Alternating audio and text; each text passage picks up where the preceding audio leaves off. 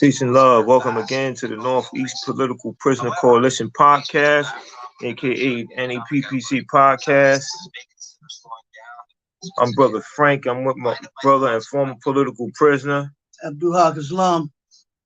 Yeah, today's episode we focus on people's victory. People's victory being that this is the outcome of a very strong, consistent battle that people had to get something that was in their interest, right? And that thing that's in our interest is Mutulu Shakur being granted parole. You know, if you go to MutuluShakur.com, there's some information on that website that can inform you about what's currently going on. I think you should refer to that website for the most accurate and updated information. Me and Brother Abdul Haq Islam, we take a position that we are here to provide information that's already out there so that we don't misinform people.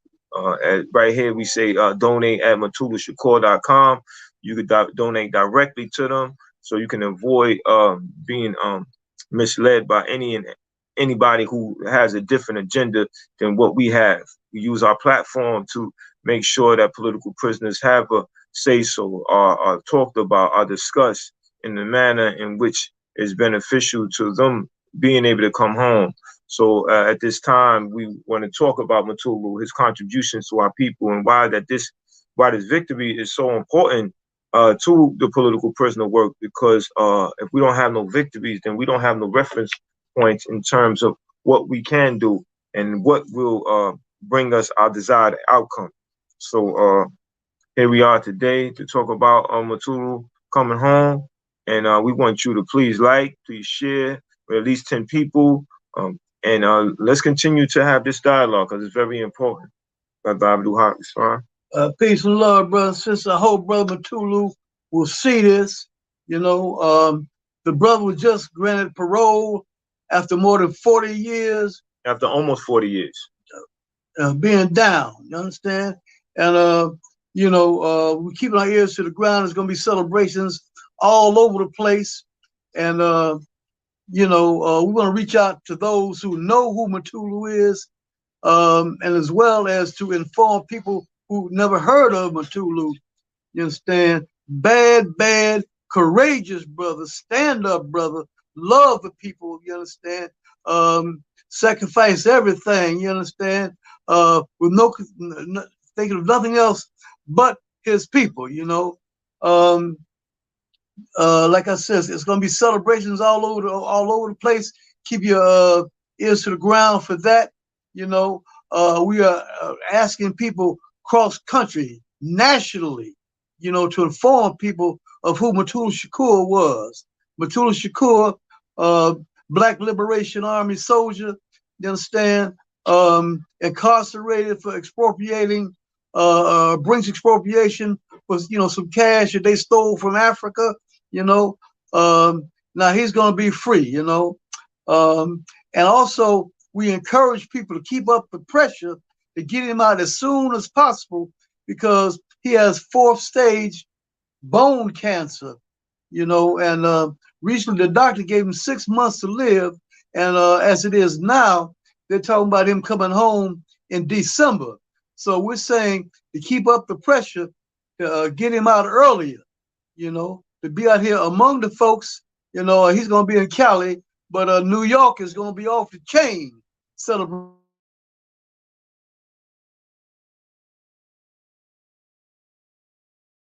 Is the type of brother that, you know, he didn't believe in armchair revolutionaries sitting around talking about, you know, what we need to do. Mutulu was all about action, taking action. You know, that was his essence, you know. And this is the type of brother we need, you know, out here with us right now. You know, I used to work out with this brother. My favorite exercise is hitting the heavy bag, you know. And I used to hit the heavy bag with Mutulu, and Mutulu hit the bag so hard, someone wouldn't show enough heavy bags, thick heavy bag. He hit it so hard, it looked like it was about to bust open, you know. And this is a brother that was totally fearless, didn't fear nothing, you understand, was willing to stand up to anything, no matter how big, you know. And in this age of growing fascism, this red state redneck fascism, you understand, we need this spirit among us, you know, this hope that brothers like this put into people, you know, the belief that we can do anything, you know, that, struggling for land and independence, you know, self-determination. These are the type of ideas and principles that are trampled, you know, by a very, very evil enemy. You know, I've been reading a book right here called To Govern the Globe. And right now I'm on page 86, and it talks about some horrendous, bloodthirsty, monstrous acts committed by the Portuguese and Spain, you dig? And I got the book is 300 pages long, and so I got to get through that. And you know, right now today we have this is a system that spends $10 trillion a year on military to go around the world, transnational armed robberies.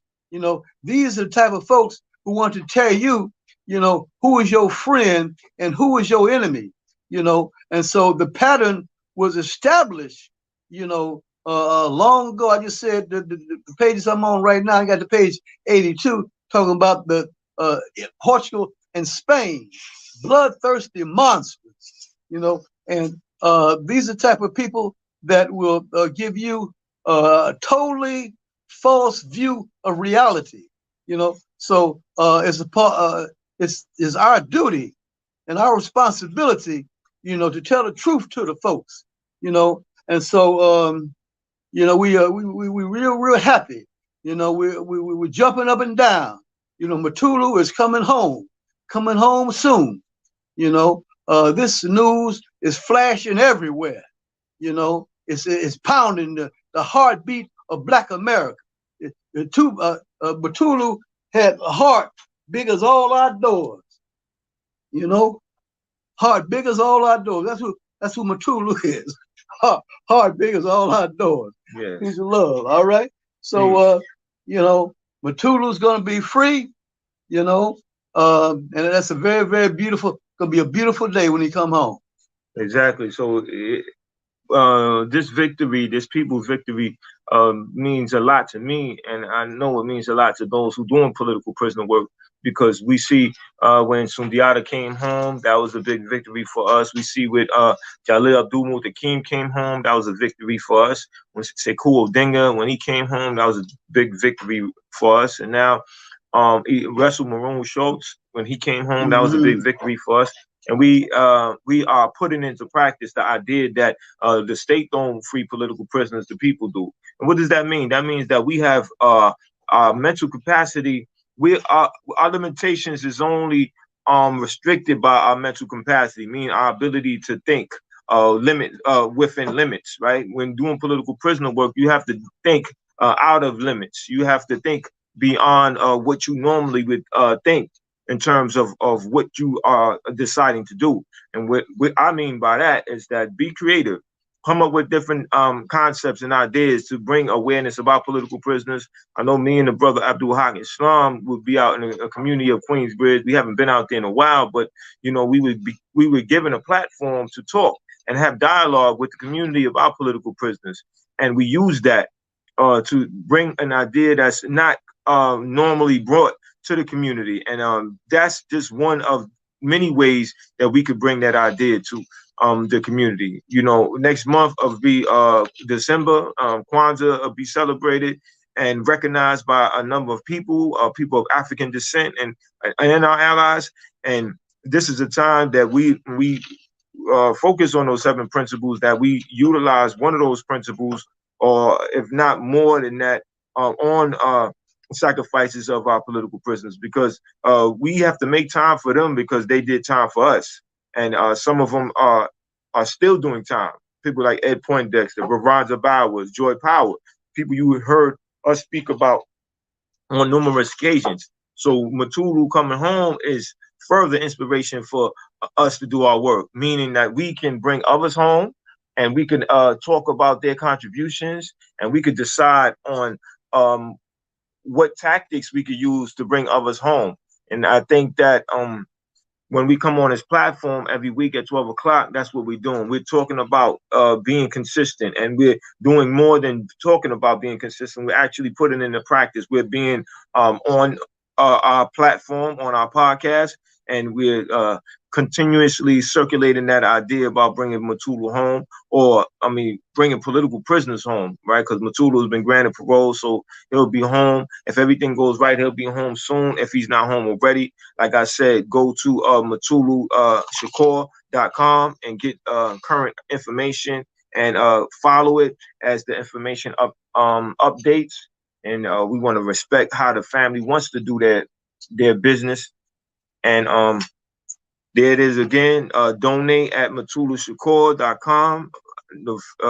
We have to utilize all our resources where we can, so that when he comes home, he can get whatever he needs. Yeah, he's gonna need some help. Yeah, he's gonna need some help because the state's only going to give him so much. Right. Right. He's a people's hero, and we have to take care of our own, because they don't rely. I mean, we can't rely on the state. They did what they did for all that time, and now they're saying, okay, you wanted him home, we gave him to you. Now it's on your call. When you came home, right? How did you get back into the swing of things?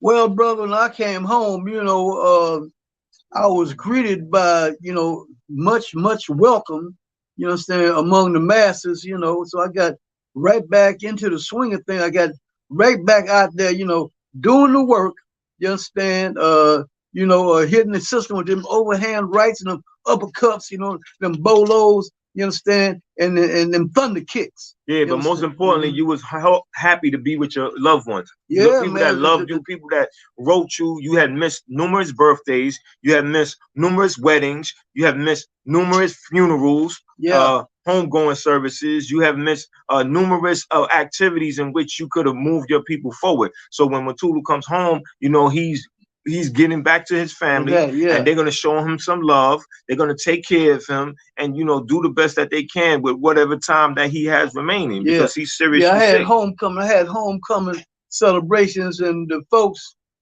give me big love when I came home, and so let's give this love to Mutulu.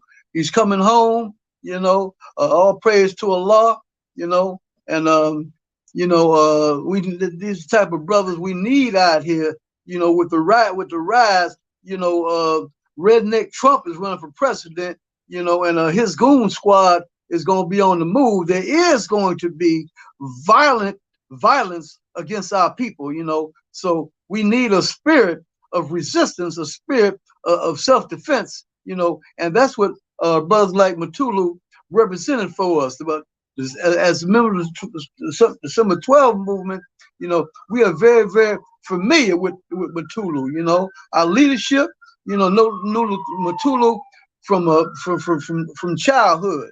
Mutulu and his son, stepson Tupac, came with something called the code, which said no shooting.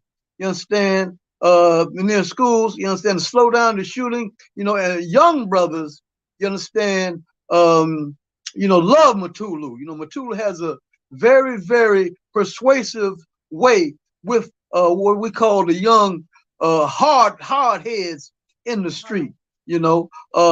For an example of Mutulu's fathering and the beauty of his soul, look up letter from Mutulu Shakur to Tupac Shakur. The love and the fatherhood, the guidance, the wisdom, that he gave, to Tupac,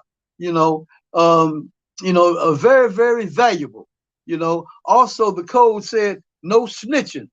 I know most of y'all probably know that every time, we had any type of movement, for liberation, what was it, that destroyed it? Was an informant. You Yes, know, yes, so or agent provocateur. all around the world, you know, in African movements, you know, all around the world, movements right here. It's always some collaborator with the enemy.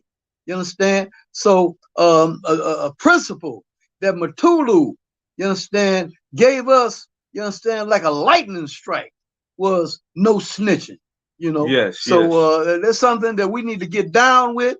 You understand? You know, y'all need to get that in your soul, you know. You know, they got these shows on TV, these cop shows, and they try to pretend that they are forensic geniuses. You know, they ain't no forensic geniuses. All they got is snitches. You know, people that tell on themselves and tell on one another. You know, the forensics is very, very slight. You know, and that's all they got.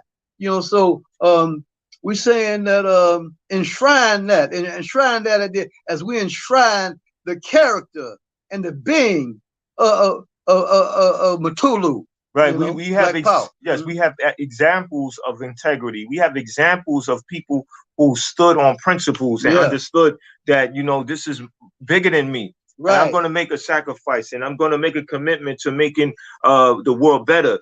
I'm not just going to examine what's going on and say, okay, this is what's wrong and this is what black people need to do. I'm going to organize black people to actually do something. We have to participate in the change we want. And our political prisoners understood that. They understood that to stand up to a system like the United States, an empire like the United States, you're going to have to be prepared to deal with somebody who's going to counterattack you. And they were prepared to deal with that. And that's why when those of our heroes, our freedom fighters who were incarcerated and who did not come home, and for those who understood what it was going to be, they accepted what was going to happen. And I think that that's what we need to look at. We need to say how proud should we be of our political prisoners? How proud should we be of these freedom fighters who made sacrifices? We should love them, and we should love them more than just saying we love them. We should take that word, that four-letter word, and put it into action. Political prisoners should be written to, and which remind me, I have to step up and I have to write to a political prisoner again. I have wrote to a number of them, and I'm still waiting for a response. I have to look on to that and to see about them responding. And if they haven't responded, I'll write another letter because I know I'm not the only person writing a political prison. They have a number of things going on. A number of them is trying to keep up with their case and really study their case to see that what flaws they could find in their case, so they could reverse their sentence or reduce the numbers in their sentences and have a better chance of coming home. So I have patience with them, and I hope that they have patience with me as I'm committed to this podcast with my brother and former political prisoner Abdul Haq Islam to get the word out, the information out about our political prisoners, so that even we have one viewer or 100 viewers or several hundred viewers. The fact is, we did our job. And that's what we want to encourage people to do. Wherever you're at, speak on political prisoners, study them, make a commitment to teaching others about political prisoners, teach your children about political prisoners, right? Wakanda Forever, the sequel to Black Panther, is out. And, you know, there's a time for us to talk about. Well, like they said, the brothers went to the movie theater and said, well, why don't you go use y'all to some real Black Panthers? You know, we got some real, y'all watching Wakanda Forever, you know, which is cool, you know, but we got some real Black Panthers that need to come home. Mutulu's coming home and the rest of them need to come home. Exactly. Ed Poindexter. RNA, Black Panthers, you know, Black Liberation Army soldiers, you know, all of them need to come home. You know? Exactly. And that means that we have to do our work. We have to step up, you know, we have to be intense, and we have to bring our children along with this work. We have to have our children. I know at one point I used to have my son write Jalil Abdul Muttaqin. I wanted him to get involved in the work. We have to do that. He's home doing work. Yeah. Right. We have to do that. And they appreciate that because they know that they're not in there for no reason. They know that they're in there because something had to happen. Somebody had to step up, and they chose to be that one that stepped up. And because they knew that nobody was going to do anything to change their conditions but them. So they understood the task at hand. They accepted the task, and they didn't waver. They understood that they had to go full force with it. And that's the only way that any results that were beneficial to their people would occur, is by sacrifice, commitment, standing on principle, and having some integrity, Mm-hmm. right? Because you have to have integrity, because many people are going to get involved because it's romantic. They're going to say, oh yeah, I'm doing this, I'm doing that, and they want to be looked upon as something other than what they normally would have been looking at based on how their life was going. So now they capture the idea of being a revolutionary and they romanticize it, and they never had the intention of doing it long term, and you see eventually how their actions play out.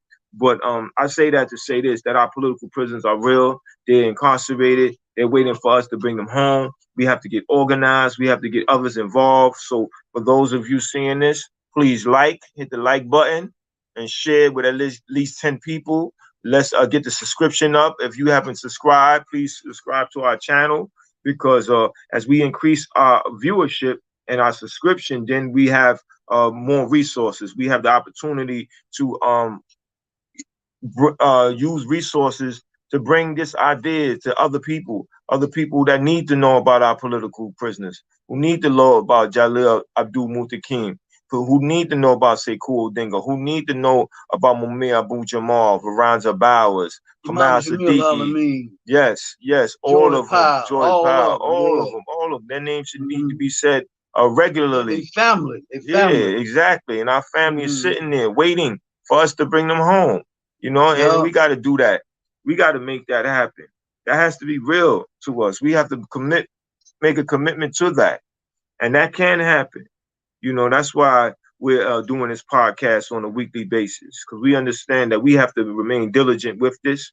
We have to understand that there's people who are on social media every day. Then there's people who are on social media maybe once a week, once a month, or once several months. But as we are consistently on this every Wednesday at 12 noon, and we try to win people over to committing their time to us Mm-hmm. to do this work, then other people could hear about it. They could learn about websites that they can go to. They know where they can make a donation to, and they know that they can do something. Because the more of us do something, the time that our political prisoners are doing will be reduced. Reduced meaning that they have the opportunity to come home.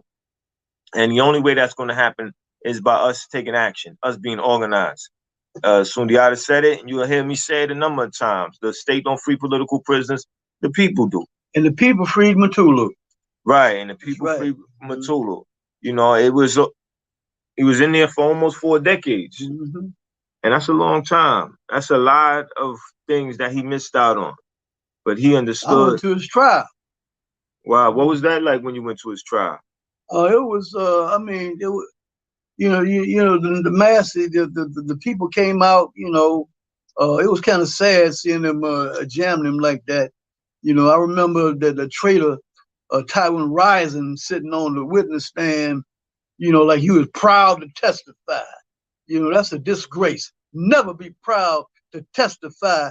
You understand, and send your brother, you understand, to prison for the rest of his life. You understand? Never be proud of that. He stood up on the witness stand and said, yeah, I used to drive luxury automobiles, Tyrone Rising, the snitch in his case, you understand? And so Mutulu say, no snitching, you understand? So this is a principle that we got to have, in our people. And at a time when we going nuts, murdering one another, this is another area that Mutulu is very, very successful in, to stopping this madness, So Mutulu will be free, and all our political prisoners need to be free, So keep it up, keep up the pressure.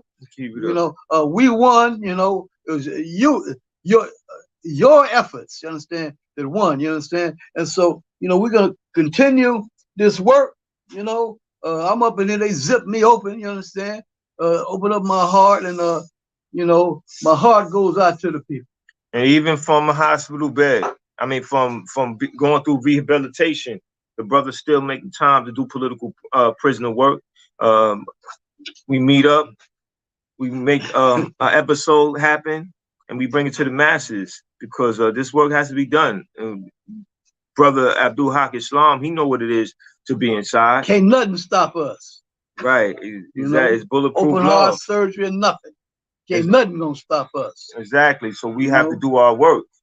There's no reason not to do your work. You know, things are gonna come up, things are gonna happen, but we keep putting things off, right? Then we allow conditions to be what they are.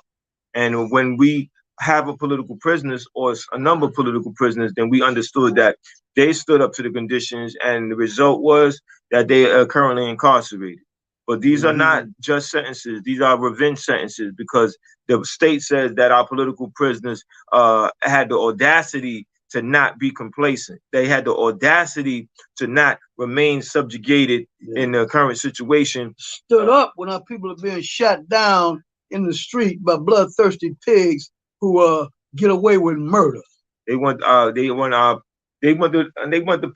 political prisoner, or the person who recognizes him or herself as being oppressed, to just accept those conditions. Now, the political prisoner is an example of what you can do, and it's best that we understand, or we should understand rather, that our conditions would be a lot worse if we didn't have our freedom fighters. Our freedom fighters stood up and let the state know, the system know, that there's repercussions for mistreatment of common people, and we are the repercussions. We are the protectors. We are the security force for the interests of common people, our brothers and sisters that we love dearly. We recognize love as being an action word, not something passive, not something that you relax upon. It's something that you commit yourself to doing.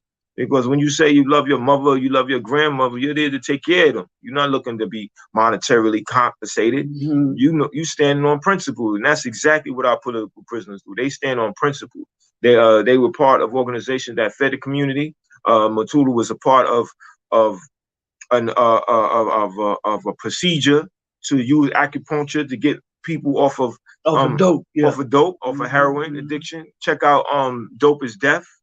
Real informative about his work. I think he should be nominated for a Nobel Peace Prize, because that was very important to the development of our people. And you had people using methadone to get people off of heroin, and that was messing them up. But acupuncture is natural, and it was effective, and that's what he did. He came up with he used an idea to address a problem, a crisis, and that's how serious he was, and that needs to be talked about, discussed. Our children need to be encouraged to take that up. But I think we said everything we needed to say. We provided you with information. Donate at MutuluShakur.com, and go to MutuluShakur.com to get updated on Mutulu's situation and his current status as far as him coming home. He's been granted parole, so salute to those who got involved in that work. Black Power salute. And we sign off. Any closing remarks, my brother? Just to say that the brother's coming home, the brother's going to be free, and that saying that to say to continue the work to free all political prisoners, multiply the efforts, you understand, to increase the fight, you understand, increase the hope. The enemy wants us to be hopeless. That is, the hopelessness is a major tool of the enemy, but these victories, inspire hope in the masses, you understand? So carry on the struggle to free all political prisoners. What's it called? Free them all. Free them all, free them all, free them all, free them all.